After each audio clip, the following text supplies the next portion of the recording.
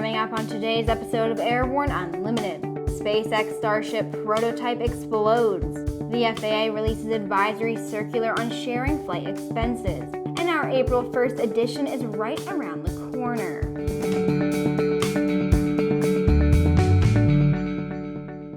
Welcome, I'm Sophie Herlock.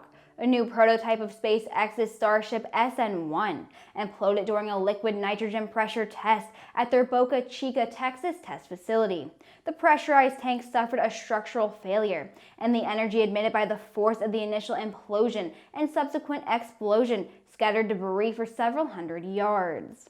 Luckily, there were no injuries due to strict range safety protocols. No information on how this could affect the upcoming vehicle flight test schedule has been released, though it was noted this current prototype came together quickly and a flyable SN2 can't be far behind, pending any changes needed as a result of the pressure vessel breach. SpaceX has yet to make an official comment on the matter. We'll be right back with Around the Patch.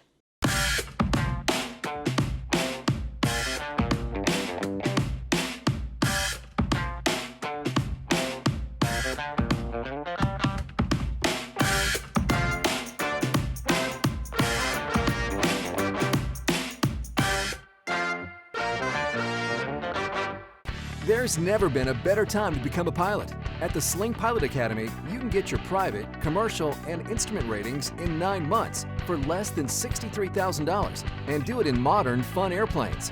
Your flight training is going to be as exciting as your future career as an airline pilot.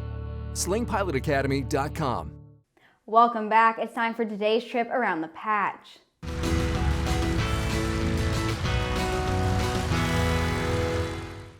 When Blaise Kessler passed his final check ride last Monday, he became the 100th teenager to become a private pilot through the Aerospace Center for Excellence's Flight Scholarship Initiative. The program has been around since 2012 and provides young men and women who may not have been able to afford it the opportunity to learn to fly. The ACE program currently has over 40 pilots in training and awards up to 4 new scholarships each month. The seat selection fee is one of the more common fees charged by airlines. However, a consumer publication says this can force families looking to save money to be separated on an airliner. A petition has been posted by Consumer Reports, urging American, Delta, and United to end the practice of charging additional fees to allow families to sit together. As of this morning, the petition had a total of 123,352 signatures.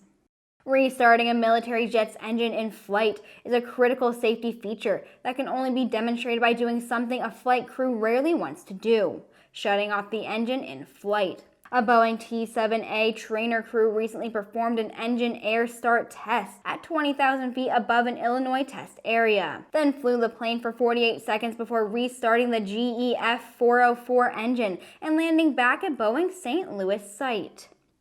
The U.S. Air Force has decided to end its acquisition of MQ9 Reaper unmanned aircraft in fiscal year 2020, rather than gradually winding down the program. The Air Force revealed in its fiscal year 2021 it will buy its last 24 Reapers this year, which cuts the total acquisition of the aircraft to 337 units. The Air Force believes the MQ9 can no longer be effective against new air defenses and aircraft developed by countries like Russia and China. We'll be right back with the rest of the news.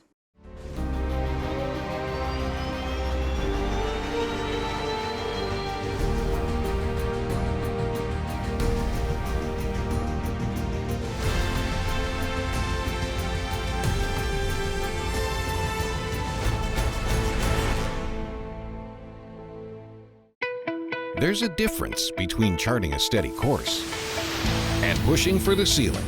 And for nearly a century, Hartzell Propeller has been defining that difference. It's in our passion for engineering and research and our dedication to testing the limits of performance. We are built on honor. We are Hartzell Propeller. There's been a lot of discussion over the past several years about pilots sharing expenses for a flight, particularly if they have posted a notice online about where they're going and offering to share expenses with someone else for the trip. Now the FAA has released an advisory circular outlining specifically when a pilot may ask a passenger for gas money. According to the AC, private pilots operating under Part 61 may not engage in common carriage unless they are operating in accordance with an air carrier certificate or operating certificate issued under Part 119. A private pilot may not pay less than the pro rata share of the operating expenses of a flight with passengers, provided those expenses involve only fuel, oil, airport expenditures, or rental fees. A pilot exercising private pilot privileges who accepts any reimbursement that exceeds the pilot's pro rata share of the operating expenses of a flight would be paying less than the pilot's pro rata share, and thus would be violating the limits of the expense sharing provision of Section 61.113C. You can find more information on this AC on our website.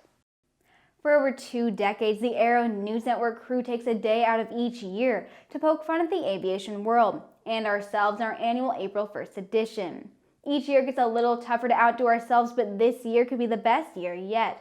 With that in mind, we'd like to invite you to suggest April 1st ideas, or topics that truly deserve a little special attention. Some of the best ideas we've had came from our readers and friends throughout the aviation world. If you'd like to contribute to the laughs, just send an email to editor@aero-news.net. Thanks for watching. I'll see you tomorrow.